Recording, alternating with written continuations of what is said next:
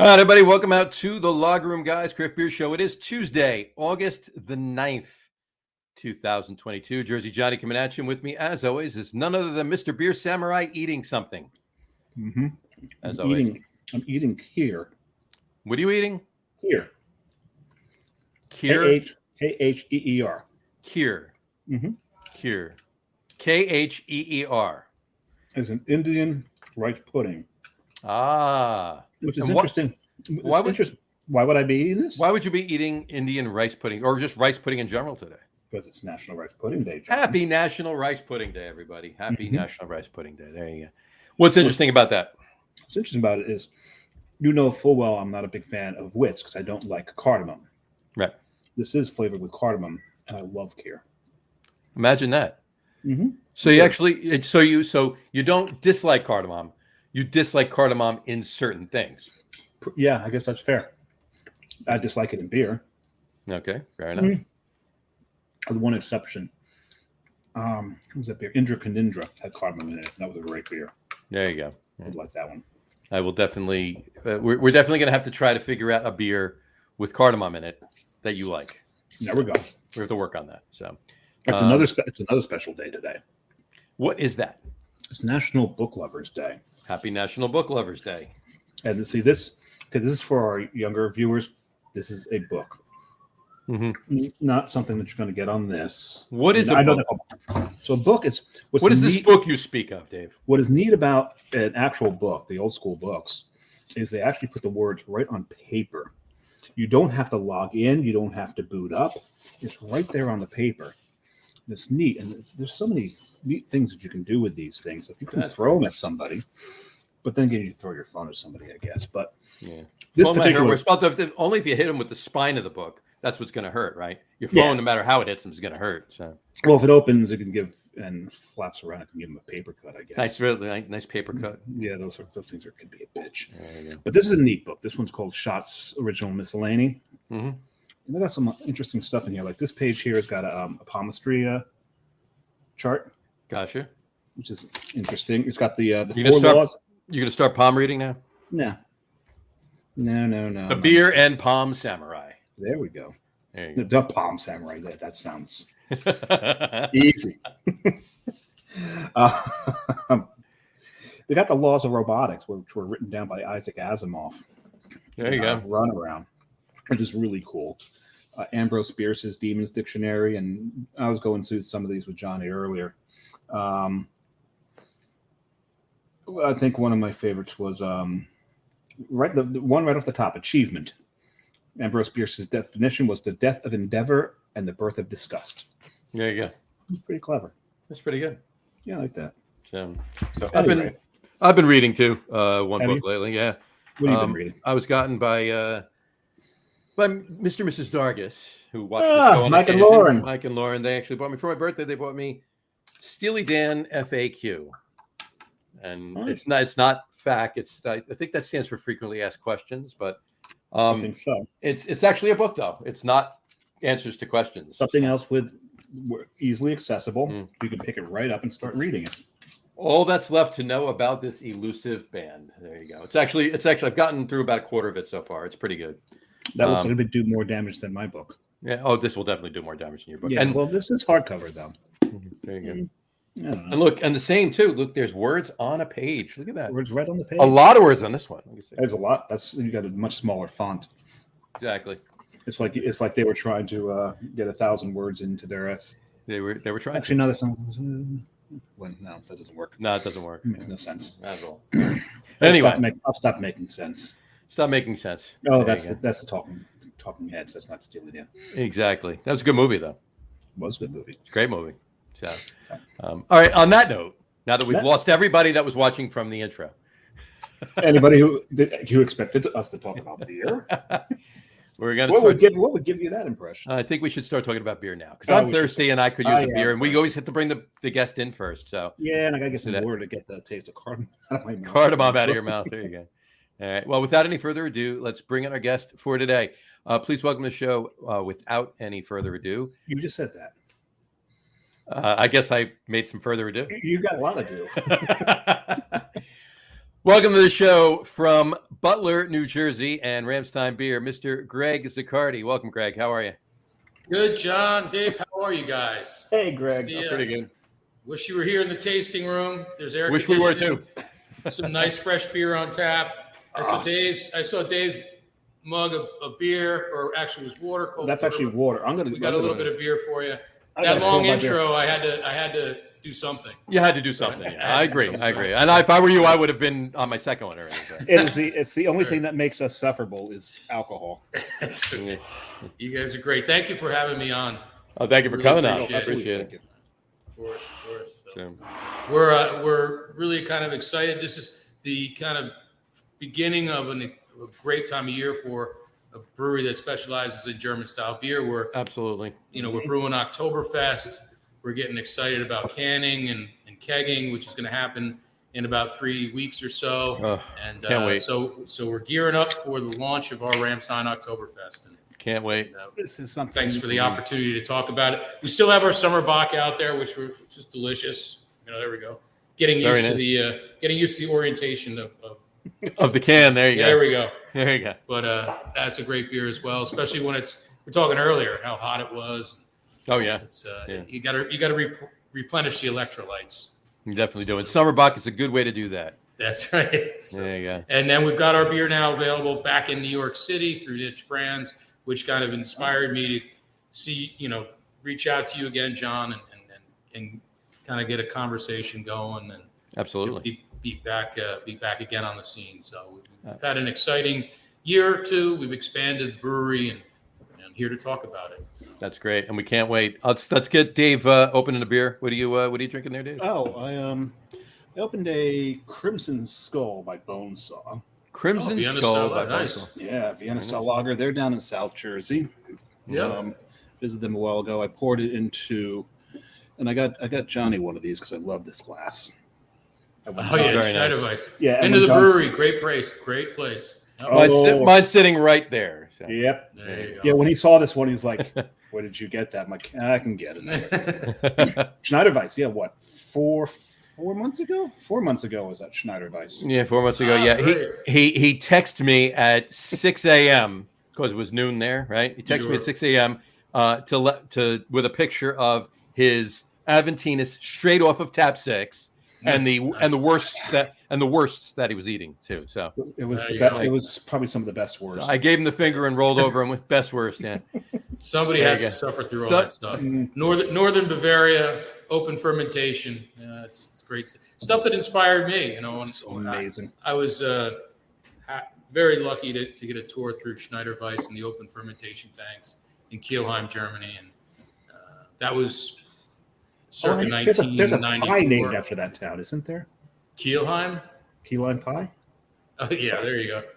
yeah. There you go. All right. But it's great stuff. So this is stuff that inspired me. Still does. There you go. We got a couple of comments. I'll open my beer and then I'll throw up the comments. Okay. I'm also drinking a Vienna style lager. Okay. Little awkward tan lines. Tan lines. There you go. There you I've go. heard of that beer. Very timely. Very timely. There you go. I'll pour this one, and we have a couple of comments from our YouTube feed from our good buddy. I believe his name John, right? John from Lord's Brewing. Yeah, It's out John. of Huddersfield, UK. In the UK. John Lord, he's over in Lord's Brewing. He said, "Talk about cake, that would be outrageous," he said. Well, we could eat it too. Exactly. Mhm. And then he Or said, is he talking about the band? the band, I think. Maybe the band. Maybe the band. Could be the cake. Either way. Either way, it would be outrageous. Either way, Short skirts and long jackets. I There can you talk go. about that for a while. There you go. Love German beer. Just don't mention the war, he said. Yeah. Well, I Yeah. guess if you're from England, From England, right? I get So, it. But And he There's- said, there's "That's some- me, you sexy man." He said, "There you go." Oh, we're back to John being sexy. We're back to John being sexy, right? There you go. Yeah. So anyway. Everyone missed the beginning, before the show. John was Mm-hmm. proclaiming how sexy John looks in his hat. Greg was the pathetic. shit, right. yeah, well, he is styling the Ram. I'm styling the Ramstein hat today. Yes. That's right. There's not too many of them, despite what you might think. But now Now the price just went up, John. Thanks. So I tried. I procured High this, demand now. I procured this particular cap up at Tap New York about 3.5 years ago. So that's right. Yeah. It's been we've had a great run with those guys. They've been fantastic to us. Tap New York is, started back at the Culinary Institute of America, right? So it was really at a time, I would say, in the late 1990s when there were few craft breweries on the East Coast, right? Even though Sam Adams, one of the patriarchs, basically the path paver for craft breweries, Whereas the kids based call out it OG was based out of Boston. There was a dearth of absence of craft beer, and certainly in New Jersey. And I remember back then, we were doing our own distribution, and that was really economically and physically painful because we would drive down to the Atlantic City to deliver like 2 kegs of beer and spend the entire day just, watching the Garden State Parkway. And that's what you had to do, because at that time, which may seem strange in today's context, there was only like 1 or 2 craft beer bars per county in New Jersey, right? Yeah. And some counties, some counties didn't have it. So think about it, Bergen County, Hudson County, 1 or 2, Andy's Corner Bar was our very first draft beer customer. Still a great still a great place. And still a great place, still very loyal to us. But George and Barb, sure. That was it. Yeah, he was it. So we had to endure all of that travel and all that. And now I think we're blessed with an opportunity to be a little more localized. Greg, imagine how bad it would have been if you had the original location you wanted. High Point. Yeah, I think we would have been. I think we would have been repairing horseshoes and stuff by now. I don't think we would. At least you're close to a highway where you are now. Yeah, and it all just fell into play for us, which was great. I mean, originally the brewery that I envisioned opening was had a lot of influences from where you guys were referencing Schneider and places like the place that I worked was the Edelweiss Brewery in the foothills of the Swiss German Alps. Gorgeous, very romantic vision.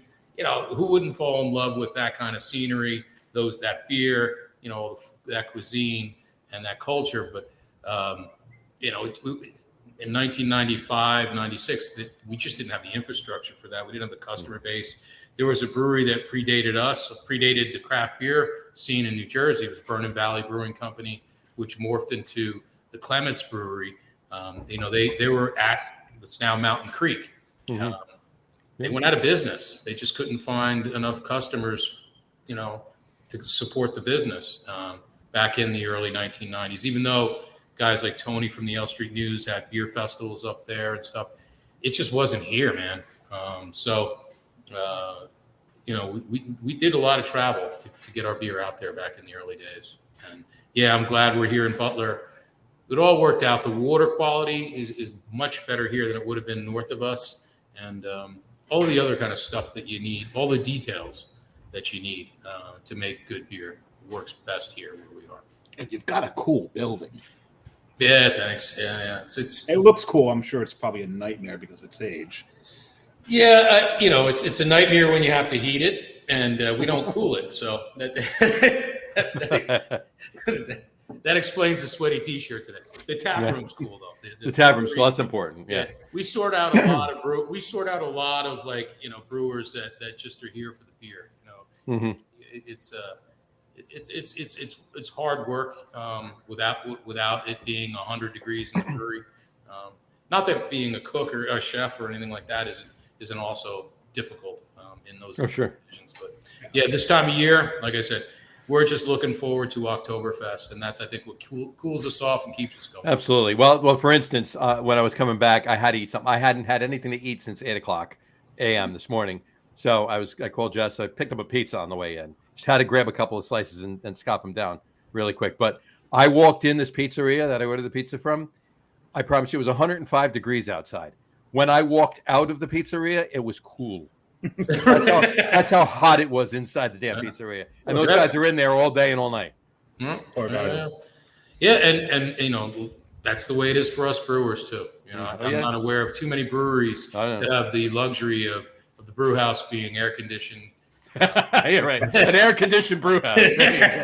Yeah, especially when you're a craft brewer or a small brewer. You know? Yeah, absolutely. It's not in the cards. So you guys we all earn our shekels for sure. That's for sure. That's for sure. So all right, so let's go back. You started talking about those that Dave mentioned, High Point and up that Sussex County area, whatever. Go back to the beginning. Okay, so it's 95, 96. You're getting going. Clearly, you didn't open in Sussex County. Luckily, fortunately, you didn't, obviously. But bring us, catch us up. What happened? What were the steps? What did you do? Because a lot of people see Ramstein Beer, but it's brewed at High Point Brewing. So that discongruity of the two names, explain that for them. Because I know the story. John knows the story, but the schizophrenia of our brewery. Yeah, I get it. So at that time, first we incorporated, like I said, this is, when you look at it in retrospect, there weren't a lot of books written on this. There weren't a lot of breweries to go to and talk to. How do you do this? There wasn't kind of the support network like the brewers guilds that are out there. It was, you join the Brewers Association of America. You may attend a conference here or there. You go to a seminar. I had the luck of going to a seminar where Jim Cook was talking about marketing. Probably one of the best places you could be if you want to learn about. Oh, hell yeah! He knew a little bit about it. And at that time, it was name your brewery after something geographically significant in your area, and good luck. So we figured, I'm from northern New Jersey. I figured what was the coolest place in the area? Well, the highest point in New Jersey is High Point, New Jersey. It had a couple double entendres, blah, blah, blah. So we incorporated right away as High Point Brewing Company, established the business, and then set out to find the location. I guess that's sort of how you do it when you put together a business plan. And we reached out to a bunch of family members and friends. That's how we financed the brewery. Still have that core group of original investors with us, and I'm very grateful to them that they've stuck with me for 20 plus years here. And we looked at High Point, but again, gorgeous place, romantic vision. But when you start to look at the reality of running a brewery, what the demands are, the power, the water, how do you get rid of the excess water and stuff? And then again, like you had mentioned, how long's the drive to your first account? Where's the local Home Depot? Right. And none of that was easy at High Point. It certainly wasn't easy at Vernon. In fact, we met with, we ruled out High Point right away. It just wasn't in the cards for us, logistically and economically. Now I see breweries that are in Pine Island and, remote locations, and the demand is there to support the supply. Back then, you were, I remember, I tell this story all the time. I remember going to like the local bar here in Butler, which is like across the street, with the first beer of ours, which was a Hefeweizen. Hefeweizen is a fruity beer that's got a lot of haze to it. And I walked in and I poured the beer into the glass, and people knew we were brewing the beer across the street. It was a hazy beer, and the entire bar is full of sparkling light lagers. And they looked at me. They're like, "What's wrong with your beer?" Yeah, really. What's wrong with you? Now it's the photographic negative. If you walk into a bar and there's hazy beer on the bar, and you show up with a sparkling clear beer, the customers go, "What's wrong with you?" So it's come full circle. Absolutely. But so that was what happened. With kind of the original start to High Point is we wanted to be at High Point. We established the name High Point Brewing Company legally, and then we drove. We just couldn't find, like I said, the right infrastructure and utilities to support our brewery and what we wanted to do. Right. Until we drove south and found High Point, Butler, to open our brewery. So north of where we are right now, the next town up is West Milford, and West Milford, has well water, septic system, propane gas. Really can't run a brewery on that stuff. Yeah. At least efficiently. So this was where we came in. It's a cool building. It was built in the 1800s, right around the Civil War era. So when you look at the brick outside, and you got to realize it's from the late 1800s. The insulation feels like it was from the late 1800s. I think the insulation or lack thereof is or lack thereof. Yeah, and we did some. We've done some modifications. One of the things that we did in the last 18 months was we expanded our capacity by 70%. Nice. Wow. Yeah, we were at capacity for a while, and a couple opportunities came along, and we've now expanded to 70% more capacity. Nice. But to do that, we had to do a little bit of surgery here, and like the steel that's part of this building is Carnegie steel, so it had like embossed Carnegie. Oh wow. It was really cool, like really, really neat stuff. So yeah, we're in this building. It's historic. It's in what I consider like the gateway to the really beautiful part of New Jersey that most people don't think of as New Jersey. They think of it as the Hudson Valley, and technically it is the Hudson Valley. And don't tell anybody we got beautiful spots in this. we want them to stay out. They've already overrun our beaches. Right. Stay out of our hills and mountains. Yeah, don't even get me started on that one. Yep. So we're kind of goes back to that whole like Tap New York thing that we were talking about before. We're at the beginning of the Hudson Valley. And the guys from Tap New York always brought us up there, and from the beginning, and I think we're part of that beautiful part of New Jersey. And we have our own reservoir here in Butler. That was the other important thing. Very soft water, which from a brewer's perspective is ideal for making a variety of beer. Right? It's great to have hard water if you want to make those British style ales. I think everybody from Britain will tell you that. But if you want to explore some other styles, some other genres, you can't really do it easily with hard water. Sometimes you've got to dilute your water with distilled water, and it's not impossible. It just becomes another kind of hassle. Sure. And so for us, we're lucky. We have a great supply of water. The road network's worked out.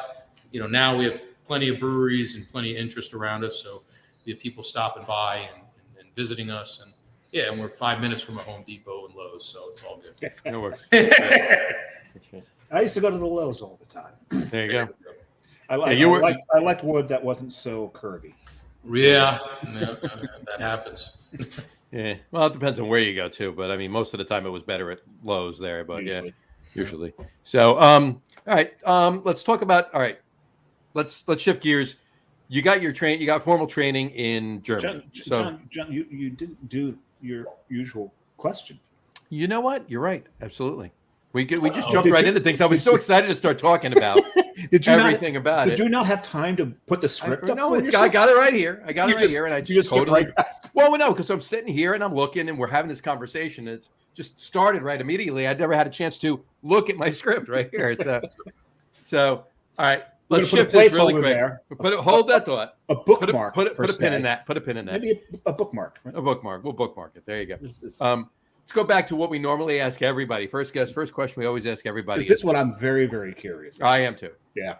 If you can remember, what was the very first craft beer, or what would be considered could be considered a craft beer that you ever had? So my history is that I grew up in Essex County, New Jersey, went to college at University of California, Santa Cruz. Okay. Somewhere around junior year at UC Santa Cruz, which had at that time two brew pubs in it, Seabright Brewing Company and Santa Cruz Brewing Company. Really? Those two, that was I won't date myself, but late 80s. Great time for music and a great time to drink beer on the West Coast. Sure. So there are three. I think the beer I fell in love with that got me home brewing at that time was definitely Sierra Nevada Pale Ale. I think there was Pelican Porter, which was, I'm not sure if it was from Seabright or Santa Cruz Brewing, but there were two porters out there, Seabright Brewing and Santa Cruz Brewing. Those guys were making some great beers, especially for a junior that just turned 21, I guess, in college. And that was expensive beer, right? If you were going to college, craft. And there were, Sierra Nevada was pretty prevalent there. So you could get Sierra Nevada Stout, Porter.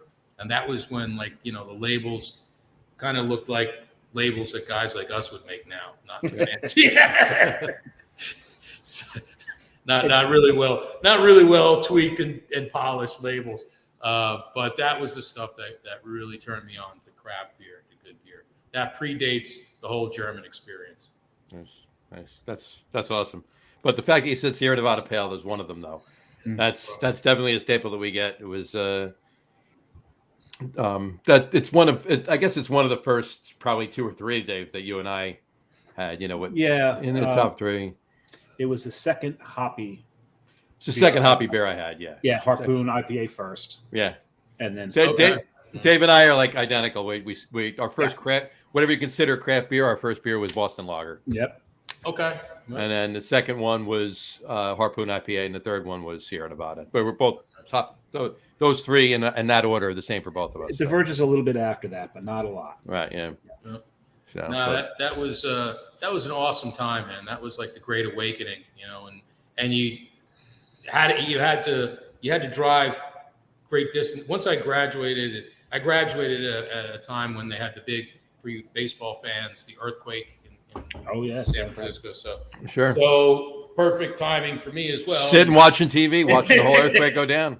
Well, there's no way you can get a job when the city's recovering from an earthquake. Yeah. And, they recovered for a long time. So I came back to the East Coast with, my homebrew kit in hand and joined the New York City Home Brewers Guild. I got a job in Manhattan.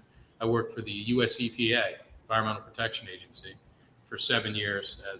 Started out I have an undergraduate degree in chemistry. That's helps here, obviously. And that's kind of all the backdrop leading up to my decision to kind of pursue a career in brewing beer. So with the New York City Home Brewers Guild, I think I became the president after a couple of great guys like Garrett Oliver was the president, and Keith Simons, who was from New England Brewing in its early days. That was a time when Steve Hindy and all those dudes would come in. Of course, Michael Jackson, who was a regular. Michael Jackson visited us a few times during our early days, and a lot of that was just the springboard effect from being a home brewer and being a part of the New York City Home Brewers Guild. That's great. That's awesome. And I if I may speak for Dave, okay. we are very happy that you made that decision. Yes. Oh, well, thanks. Thanks, right. guys. Absolutely. Great. That's very nice to hear. Thank you so much. Especially once Absolutely. that Oktoberfest hits the shelves again. Exactly. So all right. So now go over to Germany. You went over to Germany. So I have this job, and it's a secure government job, and it's a good job. It's doing the best we can for the environment.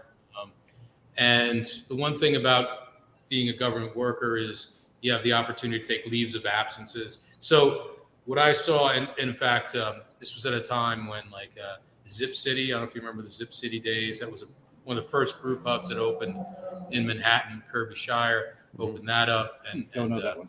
It was, so it was, and that was an Austrian style. It was right in Union Square area, Austrian style brew pub, Zip City. And it was just the beginning of this revolution. You want to talk about like a craft beer revolution? You could feel it. Things were starting to pop and change. And the Brooklyn Lager was available now. And one thing, there you go, right behind, and all that stuff was really starting to happen at that point.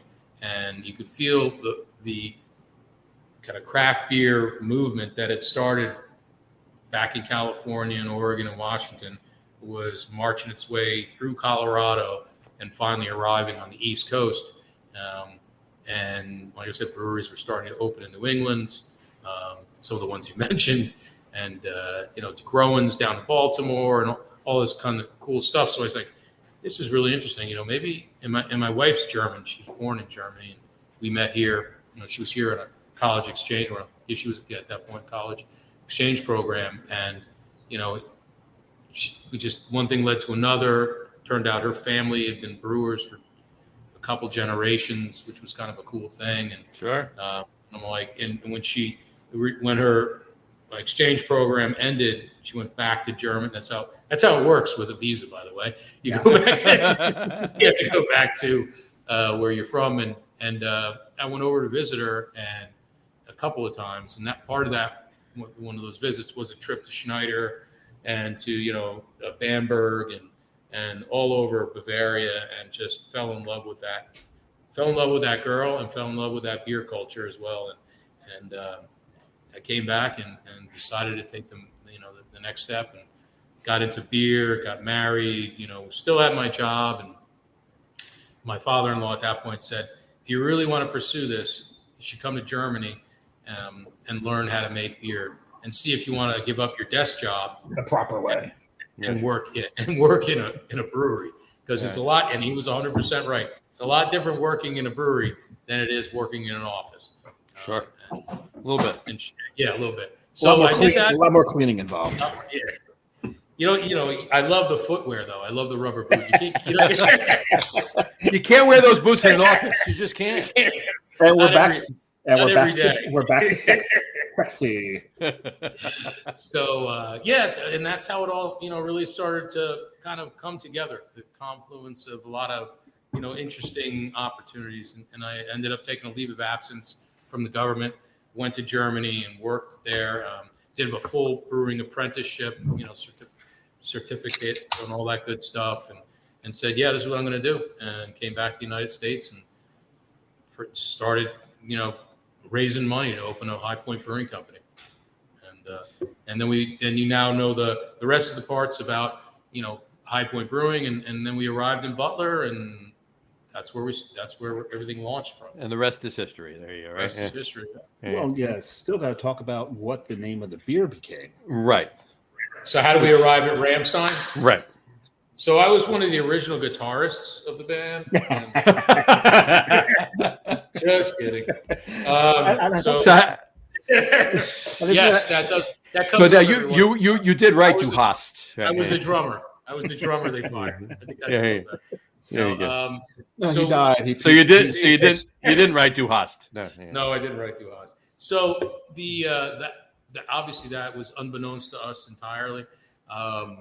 We wanted to, get a name that kind of reflected what we were doing, which was German style beer with a little bit of American influence. And if you look at where that happens in Germany, it happens at Ramstein, because Ramstein Air Force Base is the largest. There you go. He knows the largest military base in Europe, and it's the home of the U.S. Air Force. And it's a place where a lot of Americans learn about German culture, and a lot of Germans learn about American culture. So it was kind of a hybrid location of exchange of cultures. And sure enough, that's why it made sense to us. And then the band came along and ruined it all. What's interesting is my son's in the Air Force. He's stationed in Italy. He did not go through Ramstein.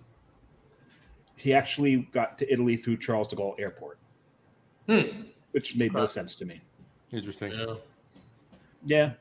Didn't particularly enjoy his stay at Charles de Gaulle, but right. Wow. So we selected, Ramstein as the brand name, which had a really memorable ring to it. It was, like I said, reflected what we were doing at the time, especially relatable to the Germans that, our first beers were Weiss beers. I talk about the being the original hazy beer. It's true. Weiss beer was the original hazy beer.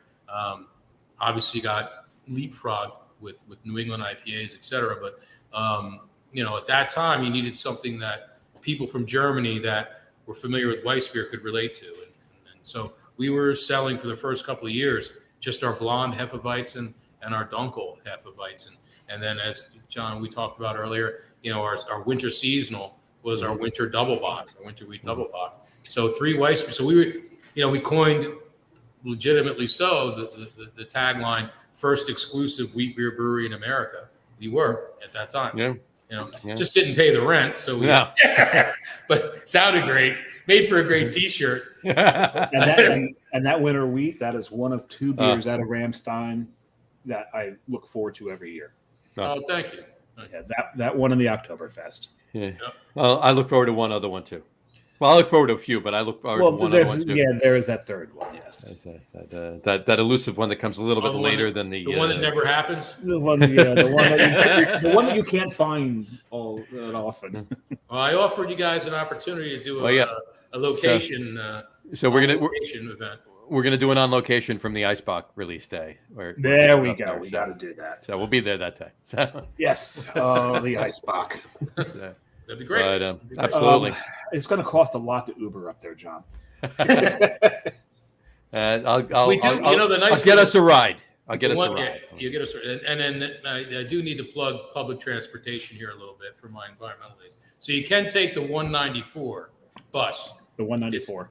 Yep. There you go. You can take the 194. So you can either take it out of Port Authority or Willowbrook Mall. So, John, you can take the train into Penn Station, take the ACE, the 123, or the NRQ all the way up to PA, to Port Authority, jump on the 194, and you're there. Easy peasy. Or I could drive to Jim's house and have him drive us both there. Oh, okay. I thought you meant James. Not yes. Jim. Jim's a lot safer. Yes. Jim's safer since he doesn't drink. Since he doesn't drink. There you go. You've got a DD. Excellent. Anyway, so you got a second beer there, Dave? Oh yeah. So we talk about all these German beers, and I did have a German beer in the fridge, and yes, I'm drinking it out of a 1 liter boot, because German. Because cool. This is interesting. It is a low calorie, low carb, low ABV beer, but it's got flavor. It's actually quite yummy. I picked it up kind of on a lark for International Beer Day just passed on Friday. Right. So we got this one. We got Superbock from Portugal, which is, I like that beer a lot. Sure. We got something from Bolita in Mexico, and of course Red Stripe, because why not? And after you've had 3 or 4 other beers, Red Stripe doesn't taste all that awful. But this are you sure about that? No, it was still pretty damn awful. It was awful. This is one of the worst beers on the planet. Anyway, but this beer was actually, I think this was the pleasant surprise. I'd had Superbock before. I knew what it was about, and I liked that beer a lot. But this really surprised us that with that low of alcohol, that low of calories. Nice. Even. So we've got something, and now we didn't practice this before, but this we released this summer. If I could work the camera here, there we go. Does that make sense? There you go. A crushable 4%. There you go. Crushable 4%. There you go. And it's our golden lager, our Helles. It's delicious. Oh, it's full flavored. Like you said, there's a lot of flavor in great clean lagers that have all malts and do it right. And you don't have to hit yourself over the head. You could have a few of them. You could have a half liter boot, or is that a liter boot? That looks like this is a full liter here. Full liter, yeah. So you can have a liter and.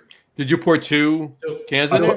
There's 2 cans in this. 2 cans in there. All right. If the 2 16-ounce cans, so that's a full liter. That's a full liter. Yeah. Okay, so that crushable there just became an ISO for me. All right. I think we have 9 cases left. We'll do it again, though. I'll have to take a ride up there, pick up some summer Bock and some crushable. I'll have to do that. Yeah, I'll have to do that before Oktoberfest, because once Oktoberfest comes out. Yeah, it's only available here. We just did a limited run for the summer, so sorry, but it's really we're going to do it again. It really took off. Well, I told Carrie the other day that I got to get her to the brewery. I think she's been there before, but we've not been there together. So we're going away for about a week and a half. But when we come back, we've definitely got to get up there. He's not going to be able to find any beer where he's going either. No. It's a dry town. Yeah, it's Asheville, North Carolina. No. He's going to maybe some iced tea. They don't make beer in those big places. They don't. No, so that'll be fun. But we'll have to get up there. Since she lived up there, she used to work at the Pompton Queen. So There you go. Okay. one of the best diners in the state. Well, I used to not be too far away from there, but then shit happened. But in any event, All kinds of things um, happen. yeah. So Yeah, are we're you not guys even going to more- that shit. You guys more Central or South Jersey? Where because I This lose is- contact from once I get, I would say, 15 to 20 minutes away from here. Right. It starts to I start to relieve the brewery responsibilities and just go into a now I'm home kind of mode. So and You and know how it. that goes. Yeah. So that's when you ask me about all these different local breweries. I know a few of them, but I don't. Regrettably, I don't get to tour New Jersey and sightsee all the breweries. We do. Yeah, that's great. I think you got the better deal. There you go. What's interesting is, and we've said this on the show a few times, John grew up in North Jersey. I grew up in Central Jersey, if you consider either of us having grown up at all. But that's where we went to high school. It's semantics, but Yeah. And now John lives in Central Jersey. I live in North Jersey. I'm in Hudson County. Okay. I'm down in Monmouth County. I'm actually in Belmar. That's why I said before. You said when Dave said before invading the beach. I'm 4 blocks from the beach in Belmar, and it's like during the summer. If my car's not parked out on the street by 1 o'clock on a Friday, I don't have anywhere to park until Sunday night. So He just drives around. So I just drive around for the whole weekend. Just not. Now we have a driveway, but it fits 1 car, right? We have 2, so Boy. there you go. So Well, you have the Beach House Brewery down there, right? That's a nice Beach House place. is about 8 blocks from me. Oh yeah, you can walk. And they're a brew easily pub walk. now too. They're not a brewery anymore. They're a brew pub. They bought a license, and it changed hands too. Merck sold. I didn't know that. Okay. Yeah, it changed hands. Told you I don't get out much. Even though I do get around the Jersey, stores and bars to sell beer, but to settle into a nice pint at a bar, it's not as frequent as. I mean, I have one here, so. Why would you go? Yeah, right, exactly. So, but I'm gonna open so my I bet second Jersey beer. Shores. So we're going to be close to you guys, sort of. I think October 8th, we're doing the Central Jersey Beer Festival at the Mercer County Park. Oh, that's the blend one, right? That's it's put on by blend. Blend. Yep. Yeah. Yep. No, that's always a good time for us and gets us an opportunity to get down because we're distributed technically all the way to. God, I'm from New Jersey and I hate when people use exits, but I will say just north of Atlantic City, exit 48. New Granada area. Sure, so, down all the way to Ocean County, where Ocean County stops. So you're like all the way right. there, right? So that's one of the reasons we don't do the Atlantic City Beer Festival. We're just not in that market, and it just to pour all those resources into a place where you can't get our beer. But you just expanded. Are you going to expand into that market, or are you just increasing? I think we're going to backfill some of the other markets. We just got back into New York City and Long Island and Westchester, so the 5 boroughs in Long Island, and that for us, that God willing, will be a really good market for us. I work in New York City, so definitely can find you there. And I go through Port Authority. I do take the bus in. There's a craft beer store that says it's coming soon. We'll see how craft beer in Port Authority. In Port Authority. In Port Authority. And you know where it is? Where? It used to be where a brewery was. That would be, I can't remember the name of the brewery now. What's the name of the brewery in Port Authority? What's the brewery that Manhattan lost prior to COVID? No, I don't know. Heartland. Oh, Heartland. Oh, the chain. They had a bunch of places. Yeah, they had a bunch. Yeah, they had about 3 or 4 of them. But it's opening where. I think it's opening where No, that's wrong. No, Heartland was in Times Square. That Heartland location was No. That was the Chop House in Times Square. There was one in Port Authority. There's actually now a bakery in there. Okay. The Cake Boss or something like that. But next to it is where this craft beer market's going to be. Look at foot traffic, right? Yeah, right. Yeah, no, that'll be good. That'll be good. One of the places you can always rely. And Paul's been a great supporter of ours. The Barcades. Those guys carry us. We're doing a big event, and if you doing a big event in October in Brooklyn at the Gate. So we're doing an Oktoberfest there. Nice. It's an outdoor beer fest on the street. So we're starting to, get back into Whole Foods, all that kind of stuff in the city. And, very cool.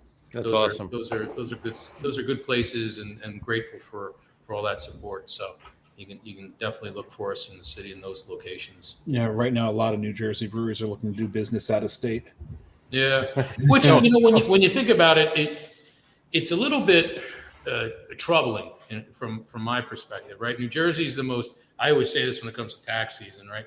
It's the most densely populated state, which means, per square foot, we pay more tax dollars than any other, state in the nation. And the same thing is true when it comes to beer. Per square foot, there's more beer drinkers than any other place in the nation. And I think they're tied together. Right. So I think there's a lot of opportunity in New Jersey, and usually the further away you get from your brewery, the more support you have to provide in order for things to be what you want them to be. And sure. No, agreed. So, definitely. And part of that, John, we talked about the ABC thing, and I think part of that is our history too. Like when we first started in 1996, and we were like brewery number 7, craft brewery number 7, I think it opened. Okay. At that time, they still do have, AB, Anheuser-Busch in Newark. I think the Pabst brewery was still. Pabst brewery was still there. Yeah. Still kind of on life support there. And I guess Irvington. And that was it. So it was those two. And then of course it was Dave at Climax, Flying Fish, River Horse, Rick. Don't forget about Rick. No, Rick wasn't open. No, Rick wasn't open. Rick actually interned with Greg. Rick worked with me. Yeah, we showed really.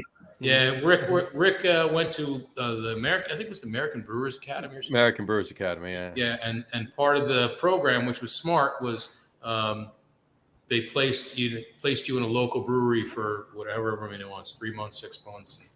And we worked with them on that, which was great. Did you teach him how to stomp? No, he was a natural at that. That was all God-given talent. That's all that was. Yeah, that's it. Okay. Yeah. I didn't want to interfere with God-given talent. No. So he, and he opened up, Cricket Hill, and I think Maxwell's was a brew pub at that time in Hoboken, Johnson County. Tom was open before you, or opened after? From heavyweight. Yeah, Tom and Peggy. Yeah. I think he was right after us. Like all those early guys. Yeah. Like I said, River Horse. It was under a dozen really, and it was really And that's including brew pubs too. When you're talking about it too. Yeah, so it's not just production breweries. Right. Yeah, because you had to ship in back then. Mm-hmm. It was in hindsight a bad idea, to be in this state. It really was an economically bad idea. You had like I said earlier, you had very few craft beer, you had very few customers. You couldn't sell your beer, to any visitors, right? You had to organize a formal tour. Mm-hmm. And I remember the rules were, it was one person per day per tour was eligible to buy the equivalent of 2 6-packs or a 64-ounce growler. Mm-hmm. So you had to dedicate all your time to give somebody a tour. Now anybody could show up and talk to you about beer, which, when you first start, you're so excited about what you're doing. You're happy to talk to people. And all of a sudden it's like, I've been speaking with you since 11 o'clock in the morning. It's 3 and I can't even sell you a beer, but you've had a bunch of free samples. And that's how it went. It was, everything was free. It was like the poor kid on the boardwalk with a tray full of fudge samples, and people are just coming by and plowing through the fudge samples, and nobody's buying any of the fudge in the store. Sure. And you couldn't if you wanted to. And I said this. We talked about this yesterday, Greg. And I said, Dave, I said to Greg yesterday, I says, how asinine is it that back then you couldn't sell anything and you had to give everything away for free? Now you can't give anything away for free. You have to sell everything. Yeah. Yeah. Not that you want to give anything away for free, but just Right. discount, whatever, first responder, military. And you know what? We do a lot of, if people want to taste a beer, of course, we're going to give you a free sample, and we do if you're somebody that, have risked their lives to protect our lives, I'm going to give you some free samples. But, it's just a complicated mess here in New Jersey. And it was worse, very much worse. But so Dave, like I said, Dave from Climax, all of us were all, really like, how the hell is it possible to have an industry that has to give away its primary product? Like, how do you, you go to these, you go on, try to speak with, a congressman or assemblyman or senator and say, you're an accountant, you're a politician, you're a lawyer. Would you ever do somebody's taxes for free? Would that be part of your thing? Like, I'll do your state taxes, but I'll give you free federal tax. I mean, none of this is sustainable business. But look at it this way: you could do free federal taxes, but you can only charge for the state taxes one person out of every 4 that you actually walk through the tax process day, that for that hour. Right. Last week, Rick said something pretty interesting. He put something into perspective for everybody. Yeah, Rick was on the show actually last week. Okay. Yeah, and for you guys who've been around since prior to the bill that Governor Christie had signed in, it was worse. Mm-hmm. So the rules now, this ruling, is still not as stringent as what you all had to deal with when you first came online.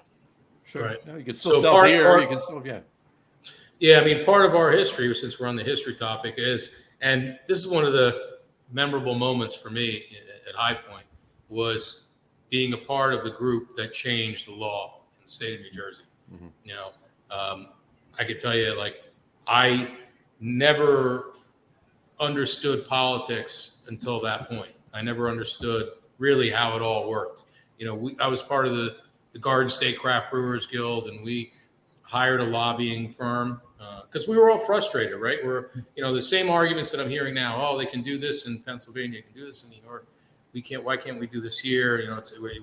We're hogtied in what we can do. It's restrictive. It's restriction of trade. It's unfair, and that all may be true, but you're not going to be able to change. And everybody's agitated.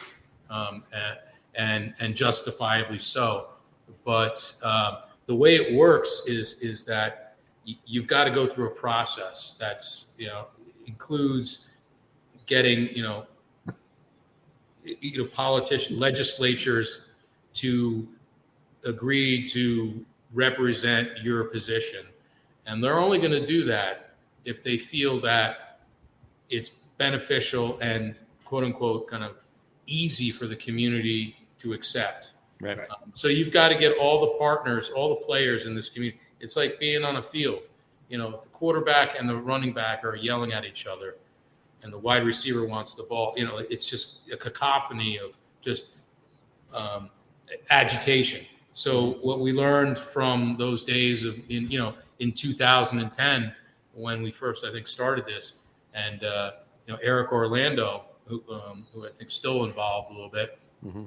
His lobbying firm, basically laid it all out and said, to me and to Gene at Flying Fish. I mean, Gene and I, went to Trenton and testified on record as to how we didn't, want to support the way the laws were changing. Didn't mean a thing. There's a process you've got to go through. And that requires you to kind of go around and get all the players on your side. You've got 6,000 retail licensees, and you now have, back then you had 12 breweries. Now you maybe have 100, let's say 150. Mm-hmm. You still have 6,000 versus 150. Right. We got the passion, but they got the numbers, So you got it. And I remember back then the classic line was was there's two things politicians in New Jersey don't want to deal with or touch. One is abortion and one is alcohol. And you know, unless you can get all the players involved to agree that this is going to be okay and they'll deal with it on some level, never going to happen. Never going to happen. So where we're at now is true. You know, these special rulings are a lot more than we got. When we were able to, you know, put this bill together, had a lawyer involved in drafting the draft, you know, bill and all of basically the terms and what we were going to do and the limitations. I mean, the one thing that the bars and the restaurants did not want is direct competition.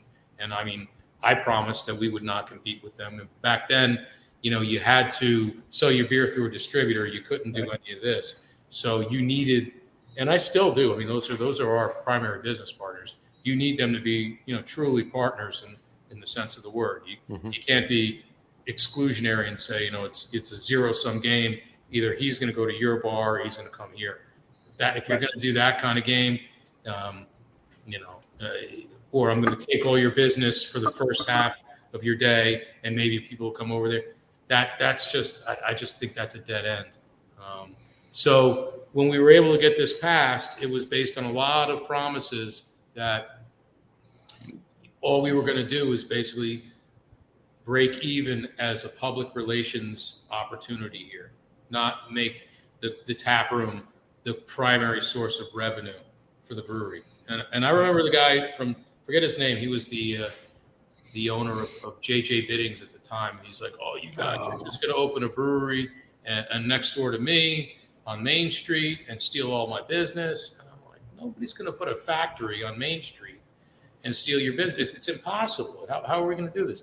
But, you know, in hindsight, you know, that I didn't see that could have been a possible business model. And today it's sort of evolving into that. And I think it's in a direction that's not really kind of symbiotic for the industry, not to use a big fancy term, but I think we're all in this in a way that we can all benefit from each other's, you know, business opportunities. But if you start to zero in on, and I don't zero in on yourself rather than on the community, I think it's just not productive. It's just not productive. Gotcha. We've heard the term said a few times because we've been talking about this topic for the last 5 shows, John. about since it came out, right? Since July 1st. So right. So we've been talking about this for a while, and everyone has said any deal that's made has to be common sense for everybody. Right. Mm-hmm. Not just the breweries, but the bars, the restaurants, everybody. Yep. And we're hearing all kinds of different takes on this. I was up at Gear Block Brewing, and they're in a strip mall up in Bergen County, not off of 17. Waldwick. And in Waldwick. And this strip mall was pretty much a dead strip mall until they opened. So the restaurants in that strip mall love them. You know, they bring foot traffic. So in some cases you have that, but it's a hard thing to claim for those breweries that are in industrial complexes. Mm-hmm. Right, like yourself, like what Icarus used to be. Icarus has moved since. Right? They didn't move yet, but they haven't moved yet. But they're moving. They're moving to Bricktown, and the town of Bricktown is already, the mayor is already put in behind them, saying, "Hey, we support you." They want them there. They've lobbied to get them there. So there's a lot going on. You're seeing New Jersey legislators showing up at breweries in support of them. Probably not enough, but it's still nice to see. So we're seeing all different ways people are responding to this, and you've got a different take than all the other ones that we've seen. Yeah, so, I mean, my take is kind of based on, and look, I've said this to a lot of people, and I've said it to the director of the ABC, Jim Graziano. I think most of the regulated community here would agree that if we could wave a magic wand and make everybody whole and start from, a fair foundation, everybody would be happy. But you've got a situation where, and I only come at it from this perspective because I was there when they say, nobody wants to see what politics or sausage making is like. I was there making the vice versa and the politics. And, there were a lot of promises made that ultimately were broken. And so I kind of have a little bit of a sensitivity to it, because I know going out and doing sales calls, speaking with retailers that we engaged with back then, that categorically will not carry any New Jersey beer. Creates a problem. Yeah. There's Bergen County and part of and some Hudson County locations that are resentful. And in fact, New Jersey Monthly, I even have to. It's Central Jersey. It was you can look it up on the web. There was a New Jersey Monthly article that interviewed a number of Central Jersey restaurants that refused to carry New Jersey beers for what we're talking about, because they feel, they're stealing their customer base with their bar-like activities, blah blah blah.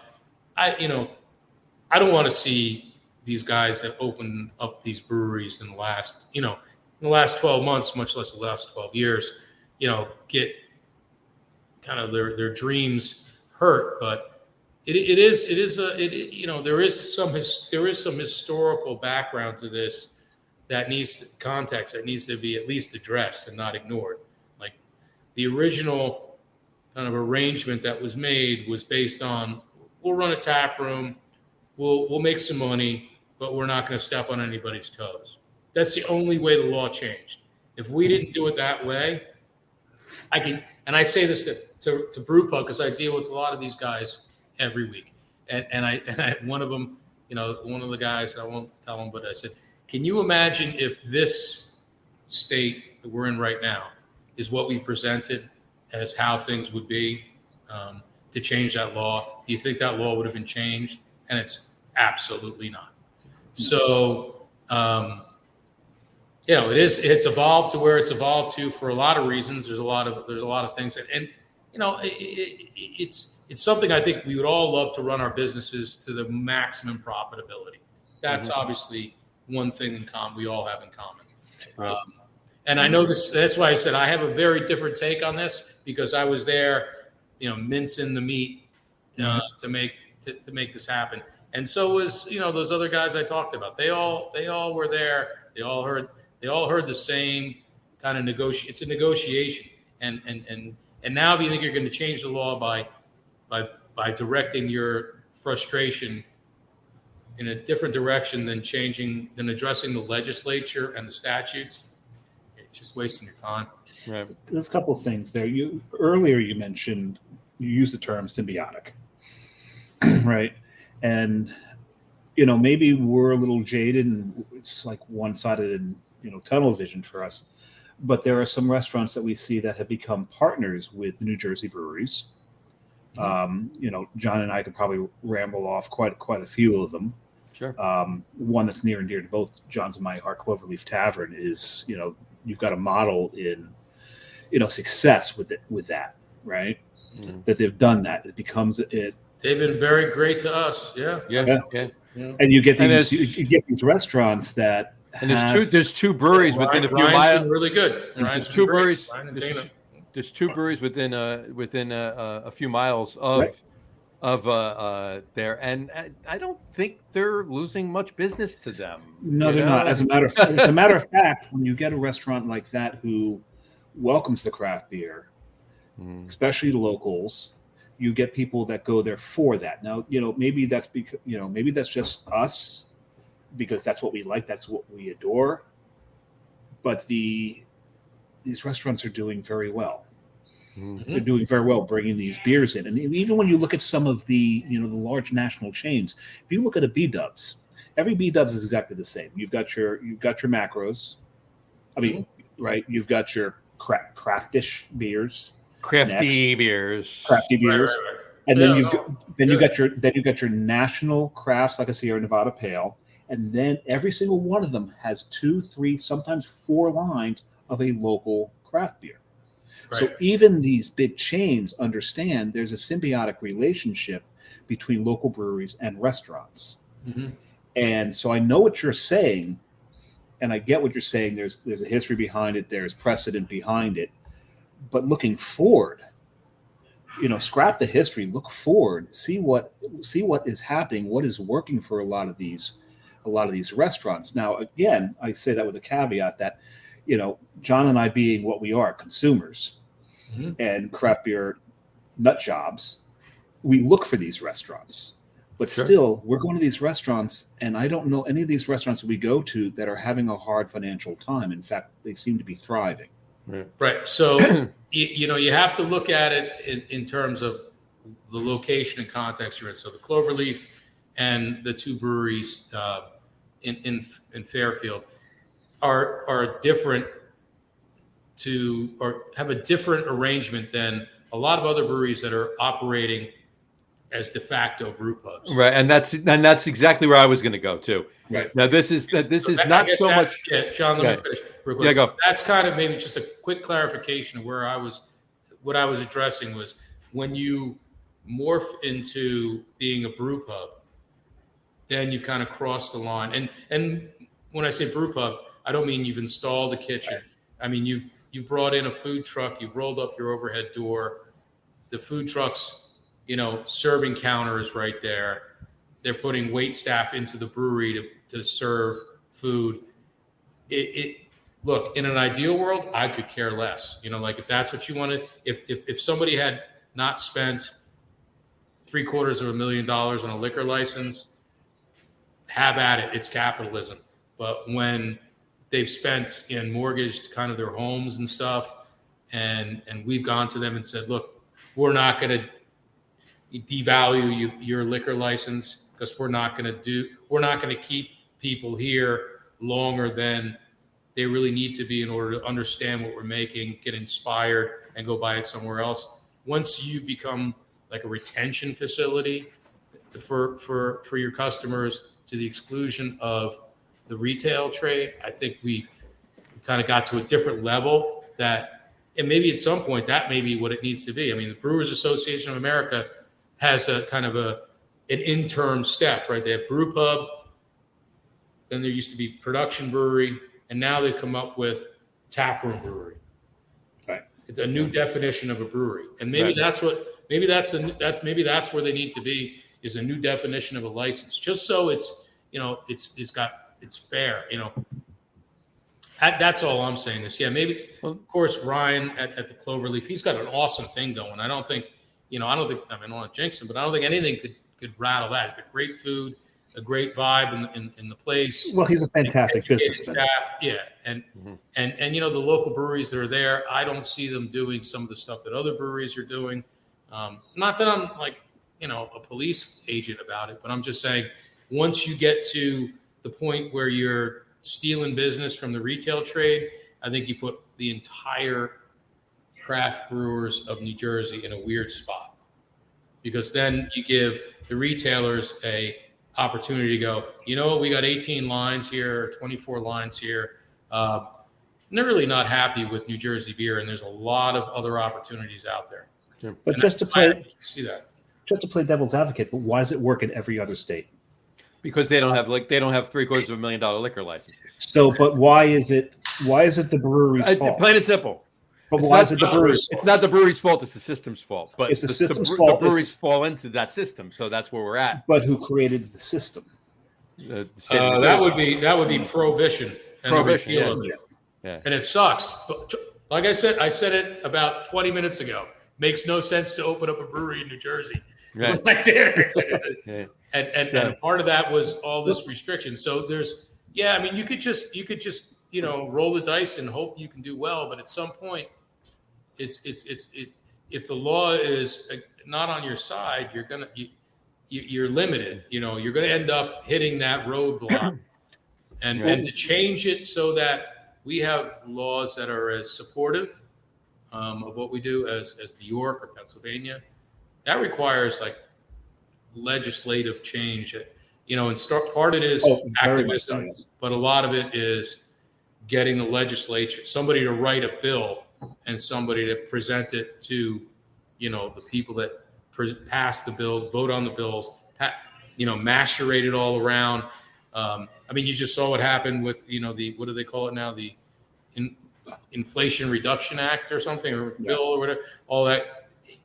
Dude, it was a total eye opener. I thought we'd just get upset and pissed off justifiably. And the ABC director would say, you know what, you guys, you should not be giving everything away for free. It's totally unsustainable. We get it. We want to foster craft beer community and blah, blah, blah.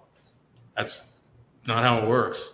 Well, to that point, you had a lot of guys and women roll the dice, open up a brewery, and got to the point where craft beer became the fastest growing segment tax base in the state.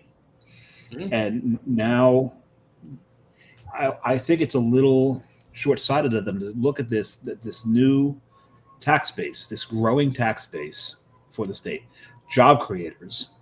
Yeah. And now they've taken a step back on it with a special ruling by an individual who's not elected in. And there's really only one law in the book that they're really enforcing, and that's the tour. Everything else is just part of the ruling. It's not, and that goes back to your point. There's no legislation of those other items in the ruling. Right. The tour is the only law. Everything else is. That's his point about you need legislation and you need the law changed. Well, what I was going to say before, what I was going to say before was, well, you just, I mean, you basically say where I was going to go.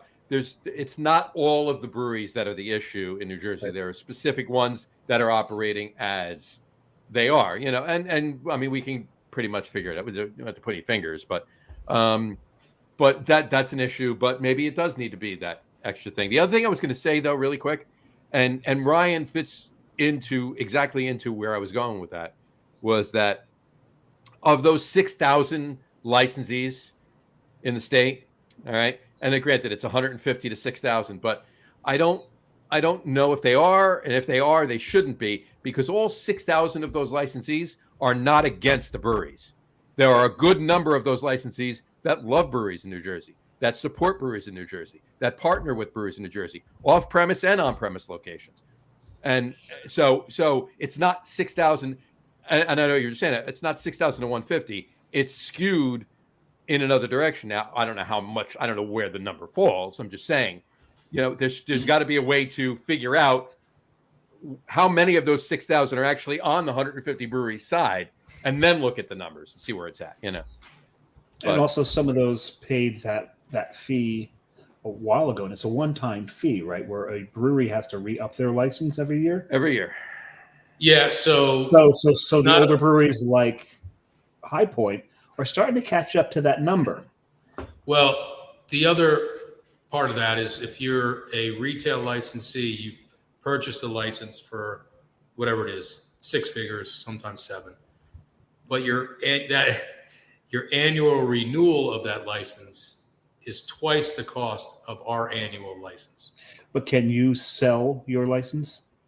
No. Nope. Can they? Of course, yeah. Yes, they can. Yeah. That's the crux of it. That's the crux of it, right? So it's definitely an asset. I mean, it's an asset of theirs, but I'm not here to defend. No, No, I know. No. We're just showing both sides of this, right? Yeah. So I think the way I look at it is, there's if you don't, again, go back to a win-win situation on this, where you're a part of the community of beer, and beer is really where it's at, because the wineries and the distilleries are privileged in a different way. Breweries seem to be. Yeah, breweries seem to have this, and I don't know if it's because we have a beautifully rich history of breweries in New Jersey. The largest brewery in the world has got their second or third largest facility in Newark, New Jersey. Flapping Eagle right off the airport. Yeah. And I don't know if that's part of it, but at the end of the day, we try to work through where we're at. The great thing about New Jersey is now we're at a point where there's so many craft beer bars and craft beer consumers looking for beer. But there's also, so much influx from everywhere else in the country. So I wonder, in this kind of world of, hyper local, why, New Jersey craft breweries aren't as big as they are, right? Or they need to be, I'm sorry. Why they are as big as they are and not as big as they can be. Mhm. You know, if you look at the surrounding towns, states and towns, there are states and state. Yeah, I would say regions like New England and also, I guess I would say, the southern states, those breweries seem to transcend beyond the four walls of the building. And that's where your real growth happens, right? And that happens through the support from the retail side. So, I mean, there's no reason why breweries in New Jersey, should be, averaging 1,500 barrels a year. I mean, that's, as I mentioned earlier, the most densely populated state of craft beer drinkers. Our breweries should be like, when you look at from New York City to Philadelphia and everywhere in between, it's like 30 million people. Mm-hmm. And you're operating breweries at under 500 barrels. The economics don't work. There's some other force at play. And I think I hope it's not resentment. I hope it's not, there's some mechanism that's not jibing, but I can tell you this, that if you do continue to not engage, incorporate that other tier, well, actually both tiers, the distributors and the retail side, it's going to be hard. It's going to be hard to get beyond your four walls. Yeah, I agree, 100%. Yeah, and this has been an amazing discussion because we're seeing it from That's so great. many different angles. I'm loving every minute of this. Because some of our other discussions, it was very, very one-sided, right? Yeah, I mean, I was once in 1999, I'm going, what the F am I doing here? I'm giving away everything I got. The wineries can hold weddings, like you said, Pennsylvania and New York, they can do whatever they want. And here in New Jersey, I'm opening the door. And at the end of the day, it's just tons of free samples, nothing in the register. Where are we going with this? You just brought up the other point, is the whole thing about them controlling the events. I look behind you. You got TVs up there. Those are the two TVs that you are allowed? No, those are menus. Those are my menus. I'm sorry. That's our tour. Those don't count as your TVs. No, those are digital menus. I'd be surprised if they didn't. But the whole event, because the other point we've made on the show a few times is the overreach of the ABC, where they're actually regulating entertainment rather than alcohol. Yeah, that I don't. That to me is strange.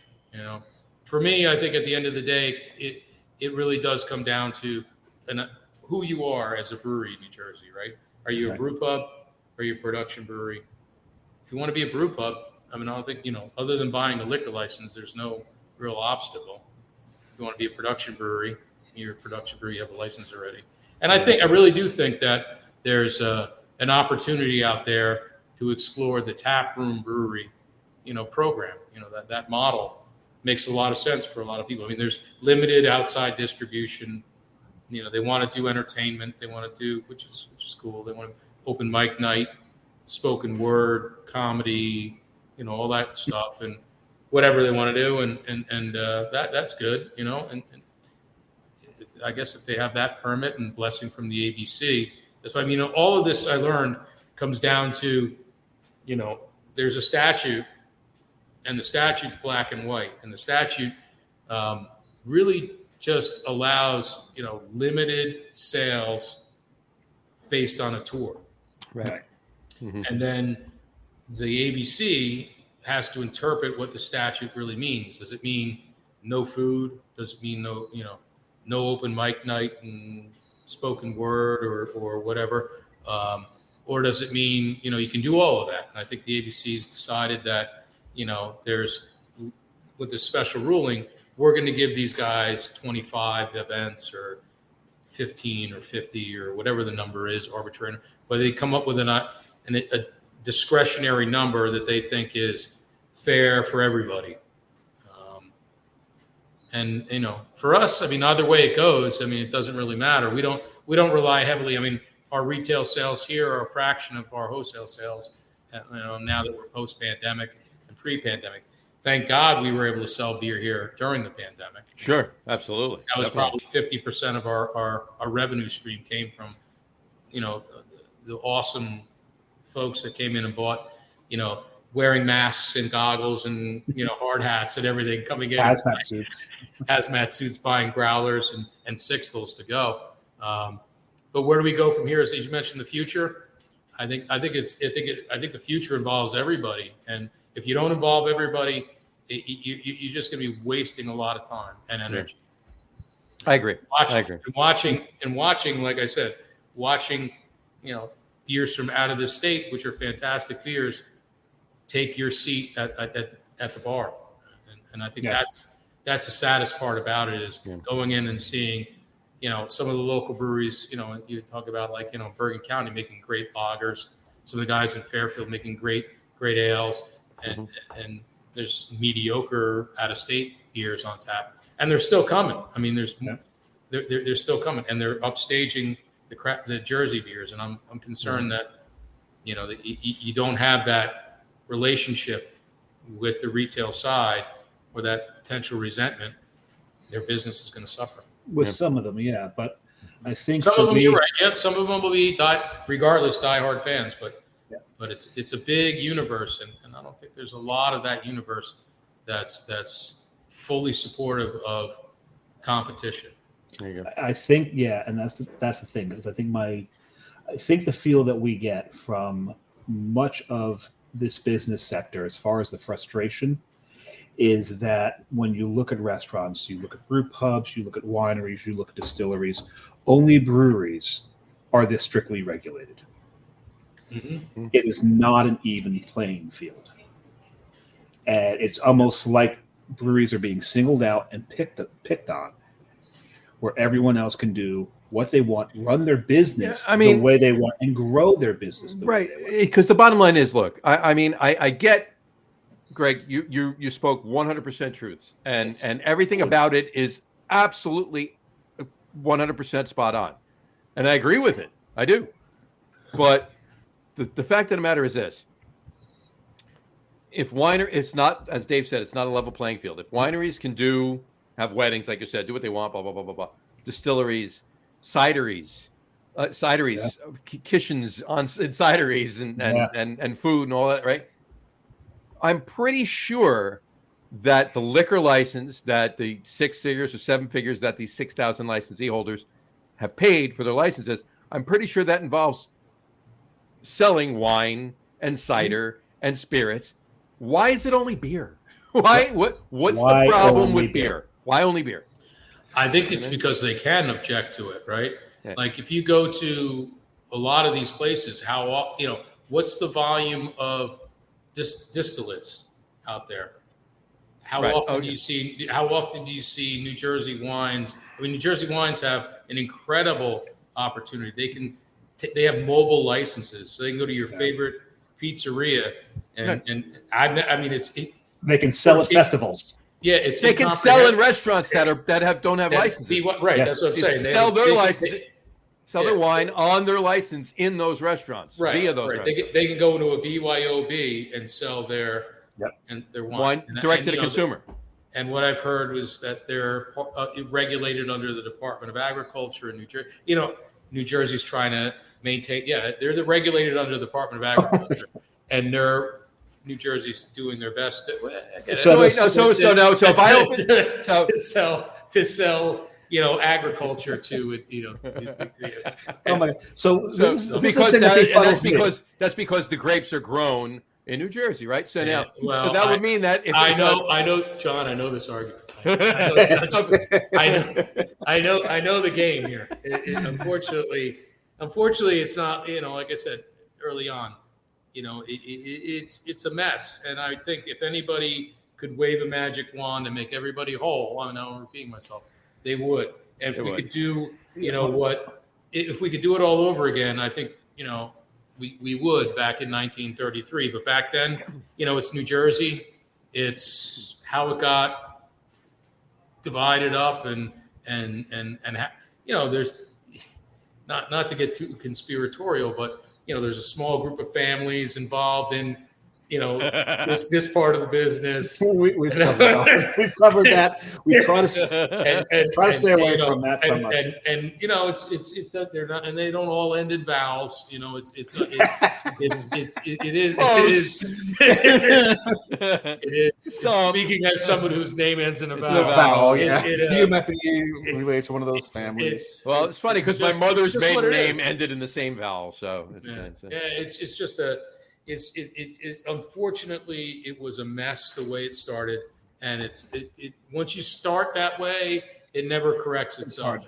And because people, like anything, you think the liquor licenses in Morristown and all the hot neighborhoods, Ridgewood, Montclair, Princeton, you think they're ever going to go down in value?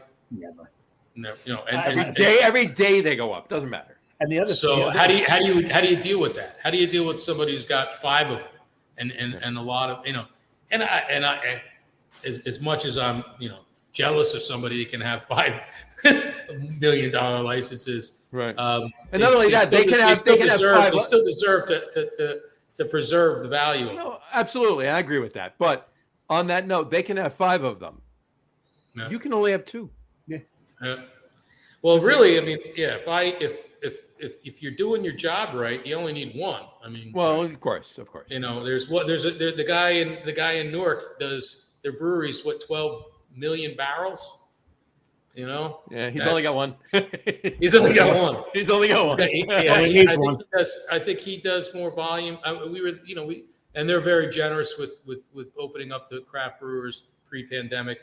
We went there and learned that in 1 8-hour shift in their 2 brew houses, they produce more than our annual volume. Yeah. So, and they do it with less people. When you say our annual volume, you don't mean Ramstein, you mean New Jersey. Yeah. Well, no, I mean Ramstein. They do. I think they do something like 8,000 barrels of beer or 7,000 barrels of beer. Oh, okay. I thought it was more than that. 8-hour shift. And, I thought it was more than that.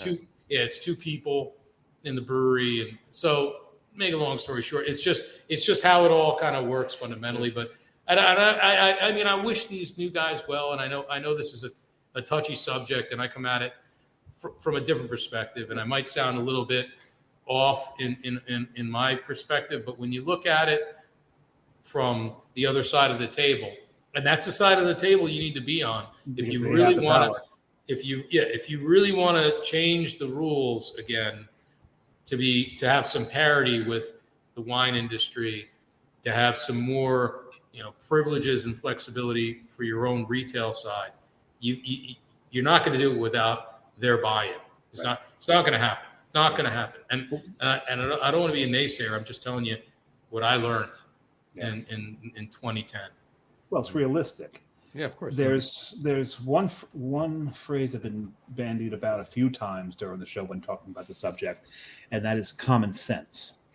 And along those lines, this is my final parting shot on this topic, is that if you're the ABC, your job is to regulate alcohol.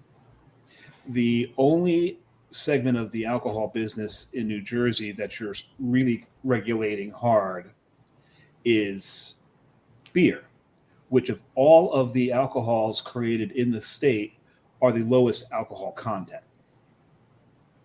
Yeah. So distillates, wines, ciders, meads, no offense, Sergio, they all have a higher alcohol content. So if you're really interested in regulating alcohol and its consumption in the state, why are you picking on the segment that creates the lowest alcohol beverage?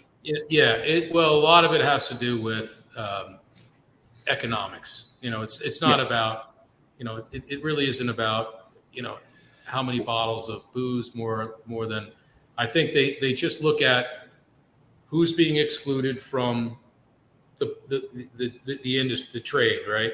So if it's, I think in terms of volume, beer is probably your biggest volume generator. I was going to say that beer is the only one of those that could probably flood the market, unlike the others, right? Right. Yeah, you're not going to corner the market with a cider or a mead or any gin. any of the handful of distilleries, or I mean, there's a lot of great wineries in New Jersey too, but they're not moving the volume of wine that some breweries do. Or distillates. I mean, when you look at it, a good moving craft beer, and I hope not just us, but a lot of our contemporaries in New Jersey, you're looking at moving a half barrel of beer in 7 to 10 days. That's 15.5 gallons. You're not moving 15.5 gallons of gin in 10 days. No. I mean, that's just the reality of it. And so, and if you are, show me the vaudevillian. Right. So and it comes down, I think, to, the history of how, remember, Anheuser-Busch had Anheuser-Busch wholesaling in New Jersey for a long time. I'm not sure if they're still involved with one of the guys in Bergen County, but they used to have, they all got bought out. Like Northern Eagle owns, there was Jersey Eagle, there was all these other Eagle, quote unquote Eagle. So, all of that, like I said, all that goes back to and this business. I tell everybody that wants to be in this business, and everybody that goes out to sell beer and do beer talk like you and I. It's about relationships. Oh yeah. It's a relationship business, which is great. Huge. But if you piss somebody off, you're going to feel what it's like to have a pissed off partner in a bad relationship. And so I come at it with that perspective, hopefully shedding some light and giving some direction to the new guys out there and saying, I get the frustration and the desperation in some instances, especially if you put all your money and your life savings into opening a brewery, which is what I did. And you see this disparity in regulation and opportunity. Just take that frustration and put it in a productive way, not in a way that's gonna kind of alienate yourself and just be wasted. The Clash always says anger can be power if you know how to use it. And that's really what it comes down to. That's perfect. Nice reference. Yeah. There you go. And that's a perfect way to finish this particular soapbox, if you will. No, this was a ribald discussion. It was awesome. It was awesome. Actually, so yeah, we've thrown out quite a few 50 to 75% words today. Yeah, exactly. Greg's really holding his own on the. What did I get? The word of the day: toilet paper, right over here. So. Symbiotic is the word of the day. So anyway, all right. Want to talk a little bit more about Ramstein and the beers and what's coming up, but we'll do that right before we close. Let's do our top threes, okay? Because we've been talking about. We mentioned 1933, and that's when it all started in New Jersey with repeal prohibition and everything else. And that's where we came up with the top threes, right? When Dave and I first started doing the podcast a couple of years ago, it was just he and I before we started guests. We came up with a top three list, 33, 2 threes, top three. There you go. Plus the top 10 would take too long. So anyway, because we don't stick to three anyway. It's hard to stick to three to begin with. So, all right. So our top three tonight is top 3 favorite Trappist ales. See, anybody that knows Greg is watching the show. We just threw you. You figured we were going German. Greg is screwed. But who came up with this idea? I did. That would be Greg. There you go. So, there you go. So top 3 favorite Trappist ales. So we're going to start it. We're going to kick it off with Greg. Please give us your top 3 favorite Trappist ales. So you're going 3, 2, 1, 1, 2, 3, whatever you're doing. So can I give you the reason behind the Trappist? Of course. Please do. Yeah. So, John and I were talking earlier this week about today's, podcast and what's going on at the brewery and talked about German beers and all that kind of stuff. And I said, you know what? Every once in a while, we like to do things that a little kind of creative for us, keep it fun and fresh. And we had an opportunity. One of my friends, who was a home brewer back in the New York City home brewers days, Ben Jankowski, still a great home brewer. He's a grandmaster beer judge, one of these high level guys. Entered his beer into the American Home Brewer Association national competition, and he called me before the results, and he said, "Look, if I medal in this, I get the opportunity to enter into the Pro-Am, tournament for the GABF. Would you be willing to brew the beer for me if I win it? And I'm like, Ben, that's freaking awesome. Of course, didn't even think about asking him what beer it was. I'm like, Ben, that's fantastic. You get that done, and we'll brew the beer for you. Absolutely. Sure enough, he goes ahead and wins a medal for his beer, and he calls me up, all excited about winning the medal. And then we got into the Pro-Am. So, what kind of beer is it, Ben? He goes, it's Belgian pumpkin ale. And I go, Belgian pumpkin ale. Do you know who you're talking to? Belgian pumpkin. So it's made with Belgian pumpkin. It's made with West Mall Trappist yeast, and we went ahead and brewed it almost a week ago tomorrow. So that kind of inspired the Belgian. We had to go and taste some Trappist ales and refresh my palate and memory of how really delicious they are. Sure. And that's why I said that. So hopefully you'll forgive me for that. But oh no, we're excited for this. Not at all. Are you kidding me? Okay. So I actually want to try it. So and you will. We'll have. So I think a couple kegs are going out to the GABF, sure, and the rest of it's going to be sold exclusively here at the tasting room. So when you come in for Oktoberfest, which we're doing on September 10th, there'll probably be a handle on for that too. Good. So so our Oktoberfest debut is September 10th, 2 to 5. Free samples and free admission. We're just giving everything away. Only if you take the tour. That's it. Only if you watch that monitor right over. You guys, you and your viewership are completely. We're covered because we've watched the whole show. You have 3 years of qualification now. You're good. We've seen it at least 15 times. Cycle. Anyhow, so my number 1 is Chimay Red Brown Ale. Nice and plummy, delicious. That's my number 1. Number 2 is West Mile Triple, which is the yeast we used for this Belgian pumpkin ale, pumpkin spiced ale, and it has pumpkin in it, which is even more. And number 3 was a beer that taught me a lot of lessons about giving beers second chances.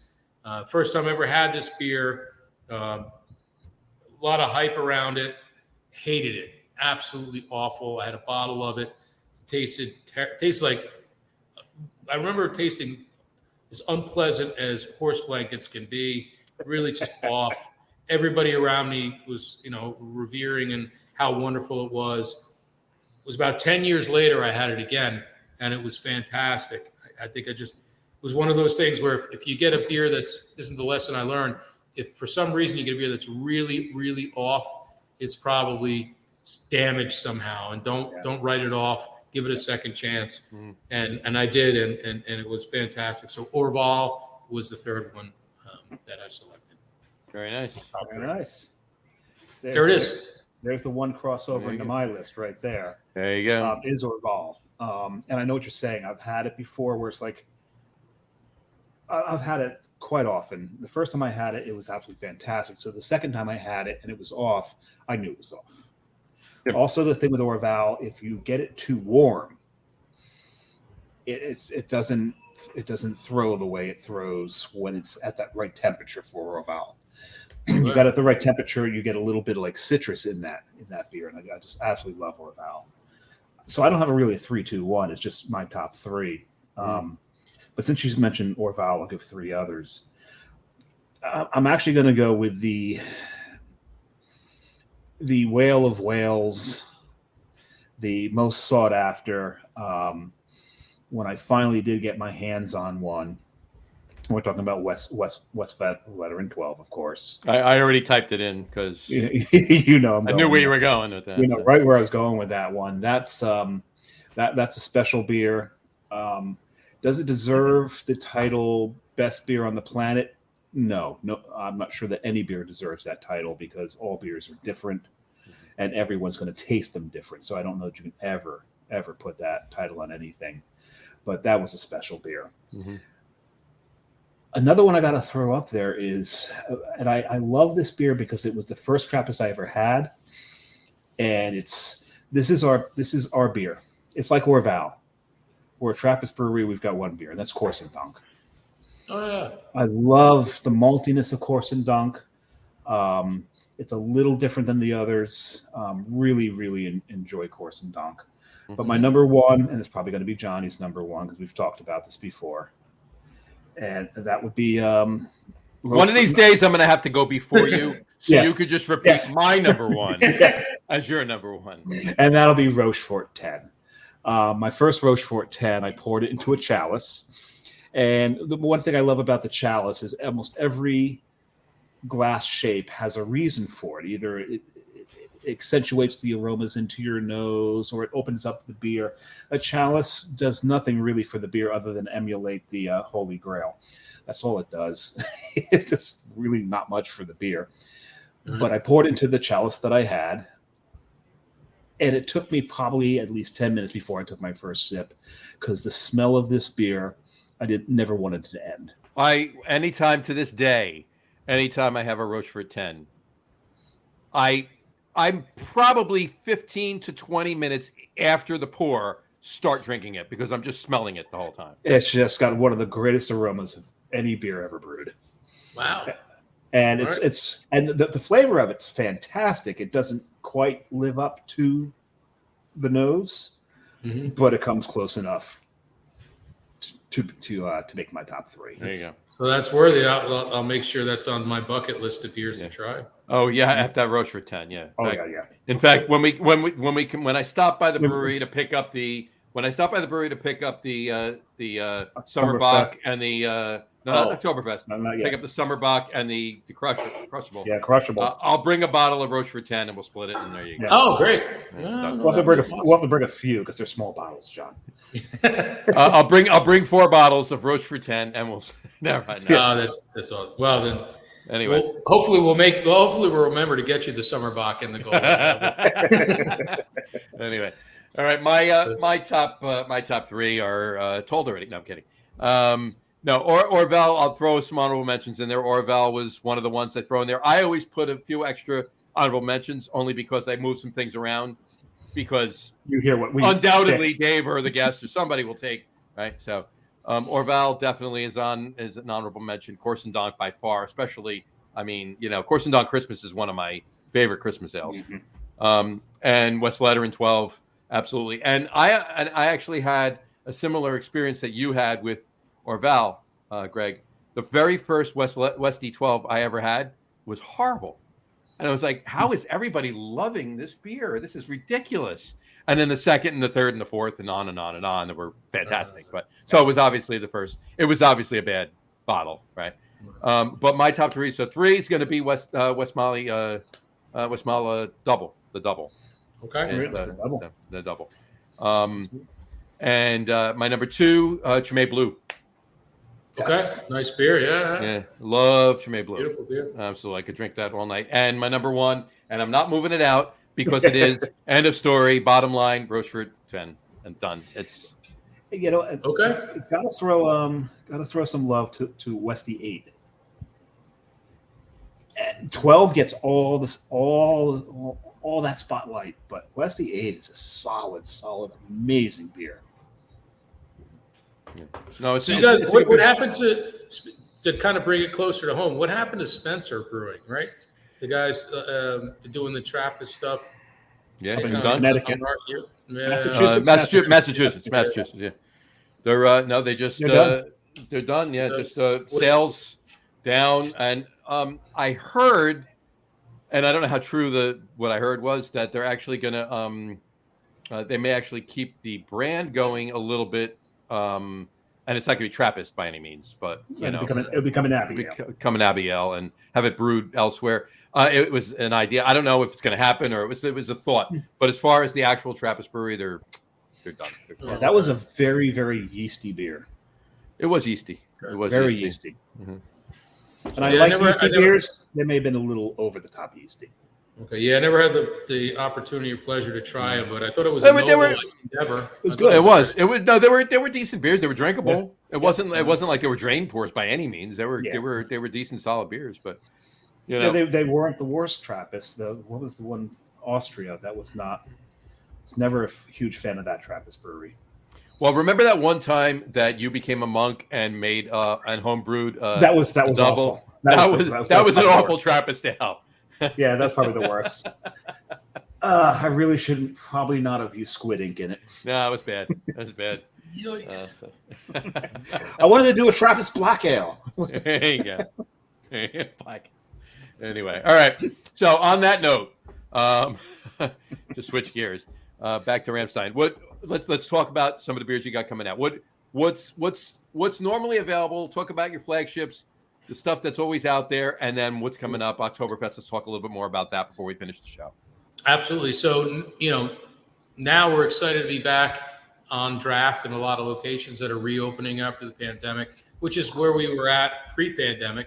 About 80% of our sales were just to restaurants and bars. I'm going to excuse myself for 1 second because I've got about 2.5 liters of beer in me. I'll be right back. Okay. You know what? Hold that thought, Greg, while he goes, because I want him to hear that. I'll actually throw this up really quick. Manny Calderon Jr. just commented his favorite Trappist brewery is Chimay. He was fortunate to share Grand Reserve Red and Wit with the late Paul Arnott, Chimay's master brewer. Rest in peace, he said. Oh, that's great. Cheers, Manny. That's a great story. That's awesome. And yeah, that's great, Manny. Chimay's an amazing beer. Manny, by the way, is been a fantastic human being. I mean, he's the original craft beer. I always say this. He's like the best craft beer salesman in New York City, and he's been doing it for decades now, and he knows his beers. And we're excited to rejoin his team and start selling our Ramstein back in the city. He gave me a call. He took a little bit of a hiatus there, kind of chance to catch his breath, and now his passion is getting great beers back into the city, and so it's been awesome. That's awesome. That's great, and it's great to hear. It really is. I mean, folks, we've talked about them on the show before. We've talked about Greg's beers. We talked about Ramstein on the show a number of times. His beers are fantastic, and this is not just me blowing smoke because he's sitting right here. Get up to the brewery, have the beer. It's amazing. It really is. And kudos to you, Greg. Seriously. Thanks, brother. Appreciate it. Absolutely. And thanks for the opportunity. And we've been doing this for, we're going to be celebrating our 25th anniversary. Like I said, we're excited about our event on October 18th at the Gate with Bobby in Brooklyn. We're going to do a beautiful wooden barrel tapping there of our Oktoberfest and celebrate. I believe they're doing something, celebratory too, like a 25th anniversary as well. Nice. At the Gate there in Brooklyn on October 18th. So hopefully folks that don't live so close to the brewery and do love our beers in New York have an opportunity to get it there, as well as, like I said, at the Barcades and the Whole Foods. Sure, absolutely. And then one other event we'll do is September 24th, a little further out on Long Island, for our other extended family out there at Capitol Beer Depot in Huntington Station. We'll have our beer there on September 24th. You can Nice. You can come by and talk to me about New Jersey ABC regulations and how we make great Ramstein beer. There you go. I'll throw up another couple comments from Manny really quick. He said, Greg makes a style not many breweries in the country make. A double platinum blonde is a classic. And I have to echo those remarks. Yeah. Double platinum is an amazing Double platinum beer. is. I do love double Platinum blonde is amazing. Thank you so love much, that beer. guys. I love that beer. Much It's such a good beer. So their quick story there goes back to the early days, with Manny and Niche Brands. This was, I think, just when Spite and Dival opened in Williamsburg. This is when. Please don't make me cry. Please don't make me cry, because I don't know if you're aware of what Spite and Dival is now. No, I'm not aware. Okay, hold on. We're I'm going to make you cry because I actually keep the photos here. Okay, just to cry. Okay, This is now. This is now what Spite and Dival is. Okay. It's an Amaro bar. All right. Well, right? They still have craft beer, but their craft list Not even close to the list. is nothing more than any really good craft beer bar anywhere else in the city has. so across They're the gone. street, they have Feta Sal, right? Got it out, right? Yeah. Yeah, Joe owns the same place. And you know, I have, and you guys will also appreciate why you're going to have to give them a little bit of an attaboy. So I'm sitting at the bar with Manny Calderon, Joe, and one of, I guess, the owners of Spite and Dival. I don't really know his name. Only met him once. It was at this night. And we're brainstorming what can we do to get Ramstein to the next level beyond Ramstein Blonde, Ramstein Dunkel, Winter Wheat. I think we had at that point our Oktoberfest and maybe our Golden Lager. And we're just, it was at a time when, Brooklyn Brewery was really expanding its landscape of beers, etc. And one of the guys says, why don't you do, and it might have been Manny, why don't you do a double Hefeweizen? Southampton had done a double wit. Why don't you do a double Hefeweizen? I'm like, a double Hefeweizen? What the hell is that? Like I know double IPA, double Hefeweizen, and do something like way above to the next level. Get out of this game with you and Vine Stefan and Polaner and you guys are this and that. Get out, just way up top and Make it American. Make it American. Yeah, right. Make it bigger and bolder. Yeah, that's what we do. Make it bolder and better. And we came back to the brewery and made it bigger, bolder, and better. And that is how we invented, Ramstein Double Platinum Blonde. And the idea was from Spite and Dival, sitting there talking to the guys at the bar at Spite and Dival. Oh, don't get me wrong. I love everything that they did. And that bar was home to me. I could go there and sit there for, if they didn't close, I'd sit there for days. But, seriously. But it was just, Dave and I walked in there was it March, beginning of March, right? I think so. Matt and I went over and brewed with the guys over at Strong Rope. Then we went up to, met everybody else at Grimm. I knew there's an event that sparked it. We went over by Jesse at Interborough, and then we said, we got to go to Spite and Dival. So we walked into Spite and Dival, had no idea what happened. And it only started last October. And they opened back up again, and I don't know which owner it was or whatever, decided that he had enough of just the beer. He wanted to open an Amaro bar. So instead of opening another Amaro bar, he changed Spite and Dival when he opened it back up after the pandemic last October as an Amaro bar. It didn't really, other than the punch to the gut. John was already dealing with a punch to the gut because he got a bad veggie burger. I had a bad veggie burger that day. Because we went to a burger place on a Friday, and he's a during Lent. Lent. So I didn't have the burgers. I'm glad we selected the Trappist beers today, John. It's good.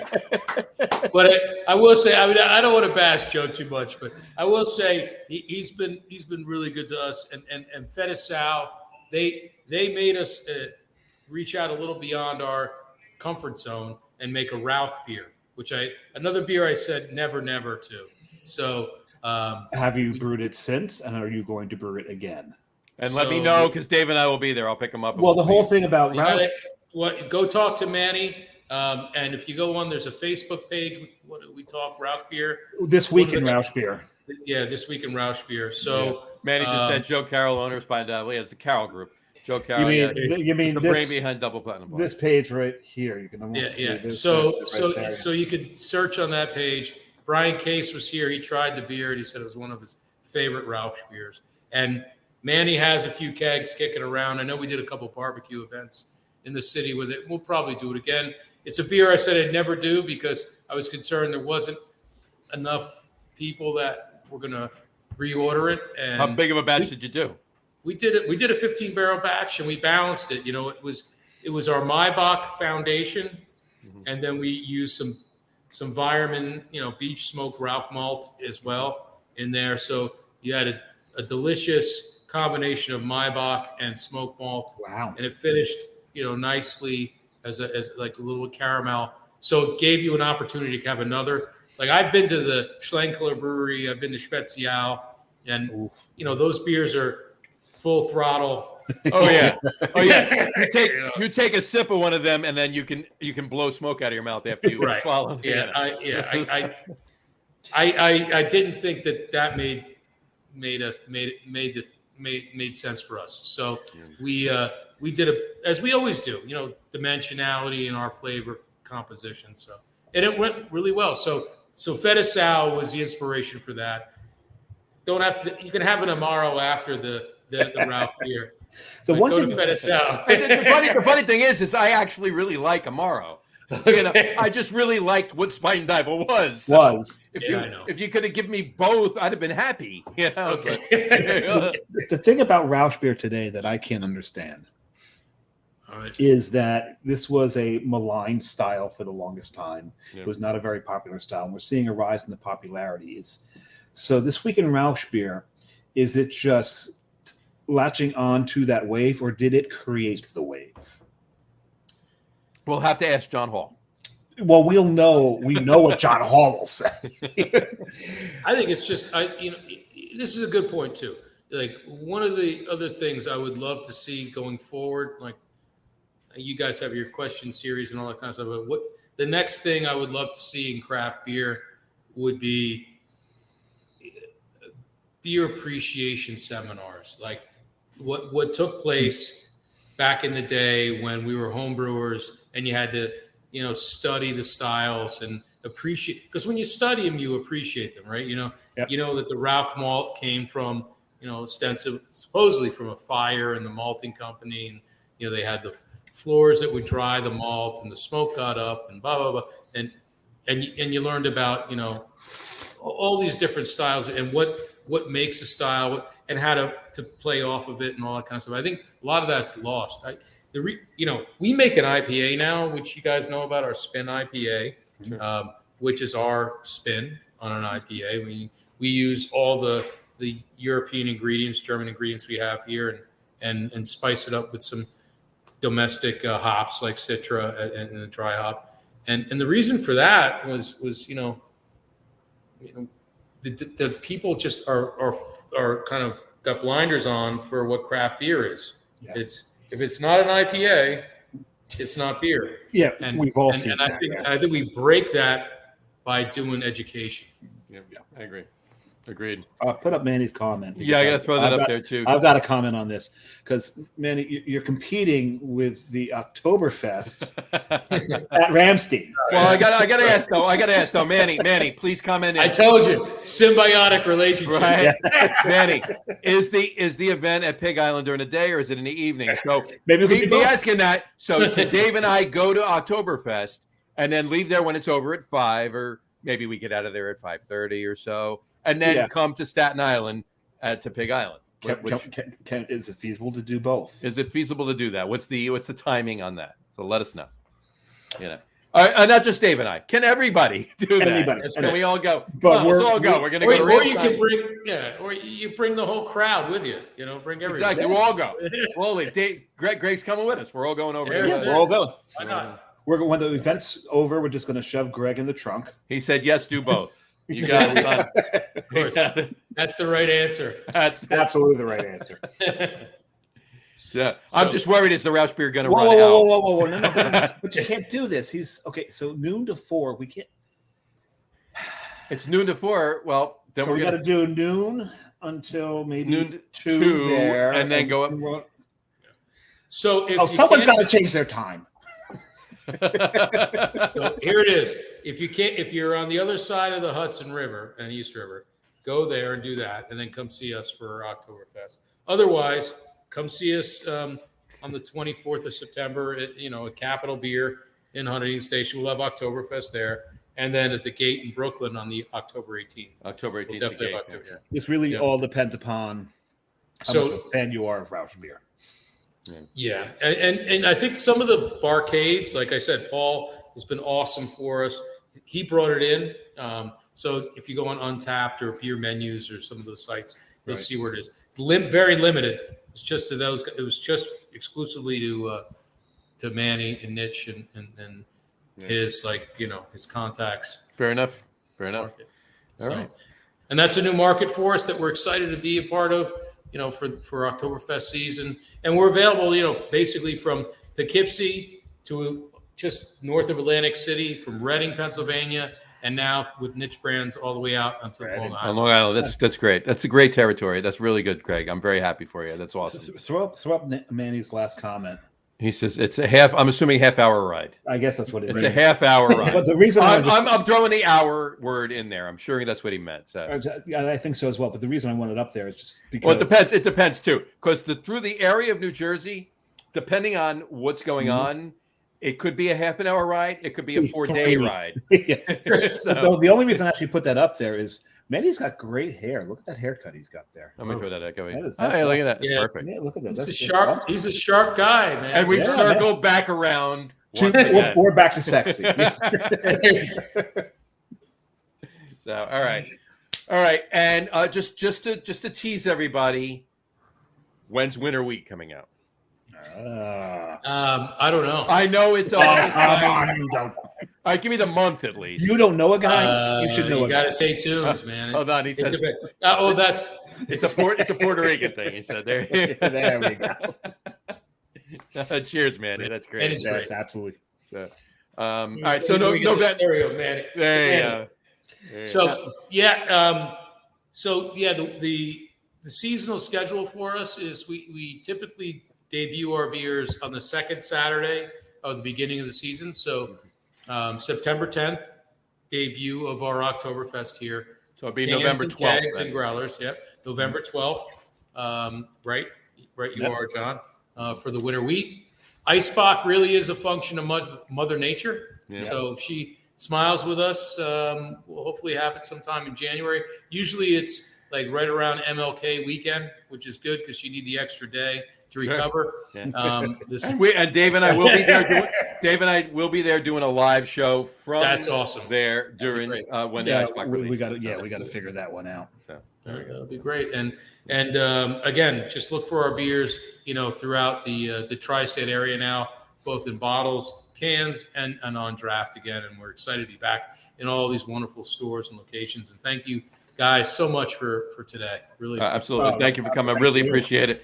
Everything, and good luck with everything. And we will see you definitely on the 10th. I will probably see you before, and I'm not kidding. I will see you before. He's going to stop up and one more. Don't forget social media. Follow anybody who wants to know up to minute stuff. Follow us on the social media stuff: Instagram, Facebook, Twitter. We'll post all your social media stuff up on the Facebook page and on our website for you. By tomorrow morning we'll have it all up there. So anybody sees that on our stuff, go right to yours as well. So. Great. All right. Beautiful. All right. Well, on that note, we'll wrap everything up for today. We want to thank everybody for watching. Greg, don't go anywhere when we're done. We'll talk for a second. Don't just sign off. We want to thank everybody for watching. And for those of you just listening to the audio podcast, thanks for listening. Don't forget to visit our website, www.lagerroom.com. That's LAGERROOM.com. And please remember, like us and follow us on all of our social media. That's Facebook, Twitter, Instagram, and, of course, our YouTube channel. All of them are at The Lager Room. Remember, we go live with a video podcast on both Facebook and YouTube every Tuesday night around 6:30. And for those of you who just want to listen to the audio podcast, you can do so. You can't bear looking at us. Yeah, if you can't bear looking at us. You can do so on Apple Podcasts, Spotify, TuneIn, Stitcher, Google Podcasts, Amazon Music Podcast, and iHeartRadio as well. And if you haven't done so already, please subscribe to one or more of those feeds, and you'll never miss a show. Again, thanks for following along with us. Have a great rest of your week. Have a wonderful weekend. Check out everything that Greg is brewing. Yes. Don't forget to check out his Oktoberfest on the 10th of September and everything else. If you do go up there, we'll probably see you there, both of us. And check out all of his social media. And we will talk to you soon, folks. Drink a lot of beer, but drink responsibly. Take care. Cheers. Cheers. Oh, cheers. Prost. Prost. Nice beer. I made room for another beer. There you go. Nice. I got to get that.